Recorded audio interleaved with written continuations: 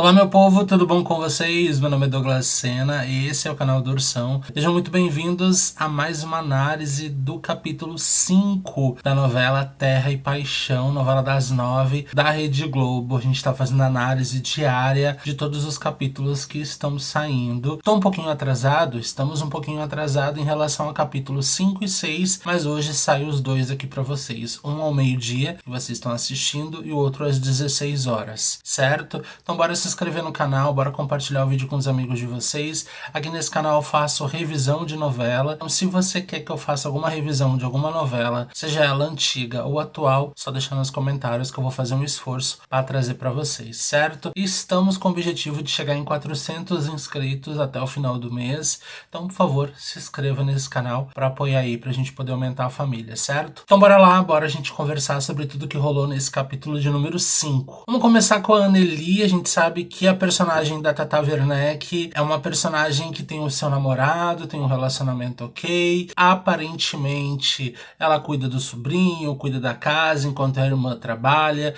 enquanto o cunhado cuida ali do hotel que eles têm. E aparentemente é isso, é uma pessoa que estuda muito, mas a gente sabe que às escondidas, ela lá no quarto, ao invés de estar fazendo algum curso, alguma faculdade, ela tá fazendo o quê? Vídeos online, né? Dançando, mostrando, enquanto mais o cara paga, mais ela faz. Nesse capítulo, o cunhado dela, o Andrade, acabou descobrindo, mostrando pra ela o vídeo dela, e acabou aqui. A gente não sabe como que vai dar o segmento, mas muito provavelmente a intenção dele é ameaçar ela ou fazer com que ela comece a fazer coisas que ele quer justamente para manter esse segredo dela. Muito provavelmente é isso, e vamos ver como é que vai seguir daqui pra frente todo esse desenvolvimento. Agora vamos falar dos protagonistas, porque todo o restante do capítulo foi em volta dos protagonistas. A novela começou com a Aline feliz da vida com as sementes, com os grãos que chegaram, aparentemente de um doador anônimo. Ela tá muito feliz, muito animada, porque era uma coisa que ela achou que não ia conseguir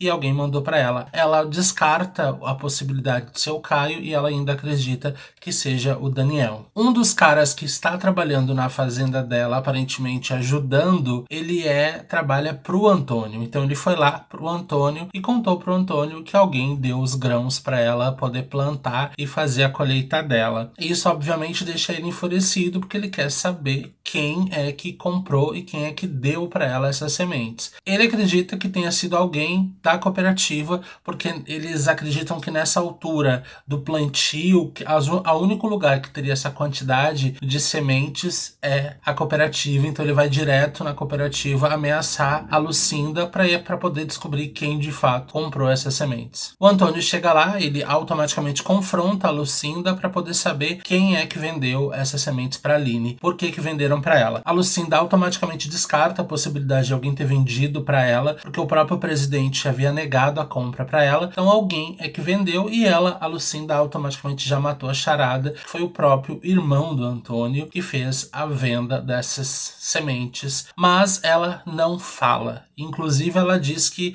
é bom manter essa transparência e o sigilo das compras, e ela fala pro próprio Antônio: se o senhor parar pra pensar, o senhor mesmo vai me agradecer por manter o sigilo dessas compras como do jeito que deve ser, porque muito provavelmente ele deve fazer alguma coisa por baixo dos panos, então para ele também é interessante manter esse sigilo. Ele automaticamente não gosta do que a Lucinda fala e ameaça ela, dizendo que se ele quisesse, ele faria uma reunião com a diretoria e ela seria demitida. Não muito satisfeito, ele vai atrás lá da transportadora que fez o transporte até a casa da Aline e coloca a menina contra a parede, querendo saber quem é que comprou as sementes, e ela fala que não pode falar, que não sabe. Quem fez a entrega foi um funcionário que viajou, que o celular foi roubado. Só que ela, depois que ela consegue despistar ele vai embora, ela liga pro Caio, pro filho do Antônio, que é o Cauã, falando para ele que o pai dele ameaçou ela e tá querendo saber quem é que comprou as sementes. E assim que ela finaliza, ele tá atrás dela, o Antônio, e ele fala: com quem você tá falando no telefone? Me dá teu telefone aí pra mim ver com quem você tá falando. Ela automaticamente começa a chamar os funcionários ali da transportadora e fala: tá querendo me ameaçar aqui, aqui. Aí ele, ameaçar não, e vai embora. Mas a gente percebe que a opressão ali, colocar as pessoas contra a parede, ameaçar as pessoas, é o jeito que ele trabalha, não adianta. Aqui a Irene tá na boutique da Graça e a Graça tá contando que transou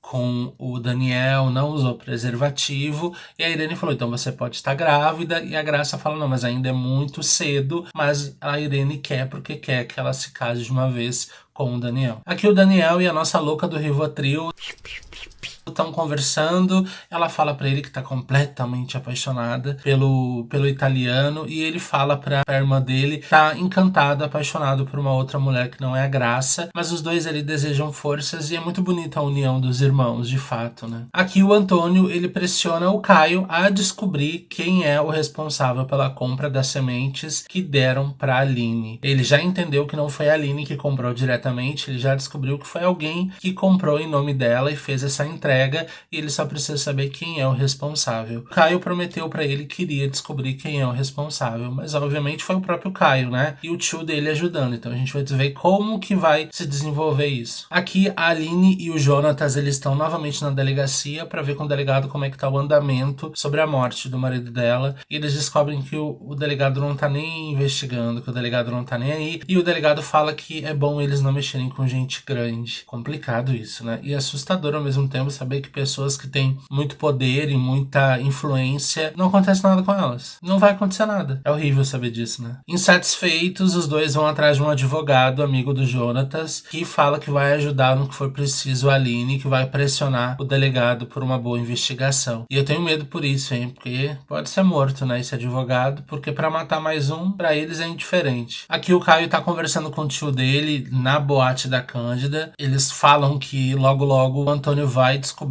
e sabe que a bomba vai acabar estourando cedo ou tarde, porque ele tá tentando investigar. Inclusive o Caio está ali porque sabe que várias pessoas, vários agricultores da região ficam ali justamente para ter uma boa conversa com todos, para tentar descobrir alguma coisa, né? Então o Caio tá ali justamente com essa intenção. Ele depois vai ali conversar com a Cândida e fala pra Cândida que o pai dele mandou ele investigar, e a Cândida falou que isso era muito óbvio, que ele ia dar um jeito de investigar. Seria maravilhoso ele falar que foi a própria Cândida que fez isso, porque a Cândida tem as costas quentes com o Antônio. Então ele falar que foi a Cândida não vai afetar em nada, porque ele não vai fazer nada contra a Cândida. Aqui mais uma vez a Irene faz aquela pressão no Antônio para ele dizer logo quem vai ser o substituto dele em frente à empresa, né? Ela quer que seja o Daniel, ela quer que seja o filho dela. Eu só não entendo muito bem os motivos que fazem ela querer que ele seja, porque todos são filhos. Se ele vir a morrer, todos vão ter 50%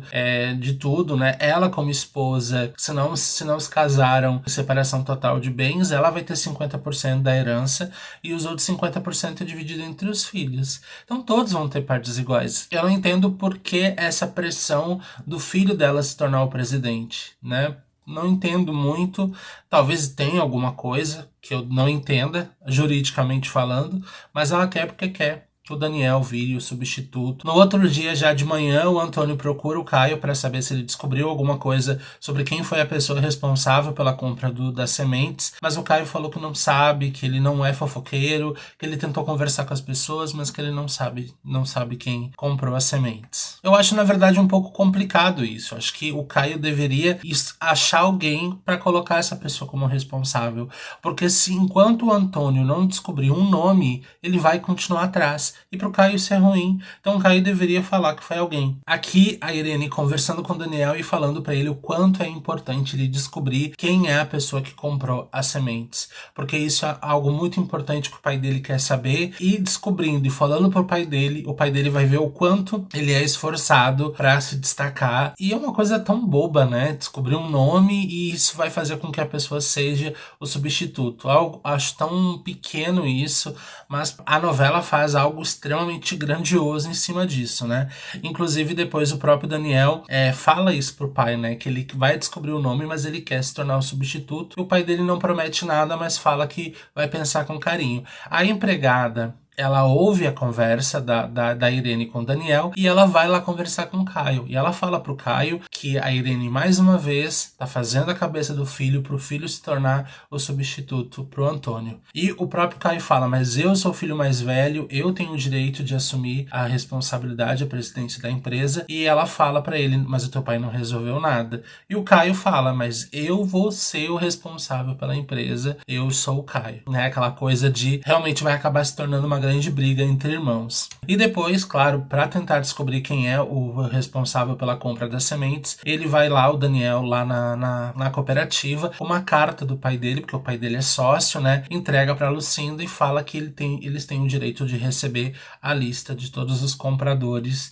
das sementes. E termina quando ele, o próprio Daniel, vai lá no encontro, lá na fazenda da Aline, e termina quando ele pede para conversar com ela. Ela tá super encantada por ele, porque na cabeça dela foi ele que comprou as sementes e ajudou ela. Bom, esses foram os principais acontecimentos do capítulo, é certo, meu povo? Espero que vocês tenham gostado. Muito obrigado a todo mundo que tá acompanhando. Não esqueça de se inscrever no canal, compartilhar o vídeo com os amigos de vocês.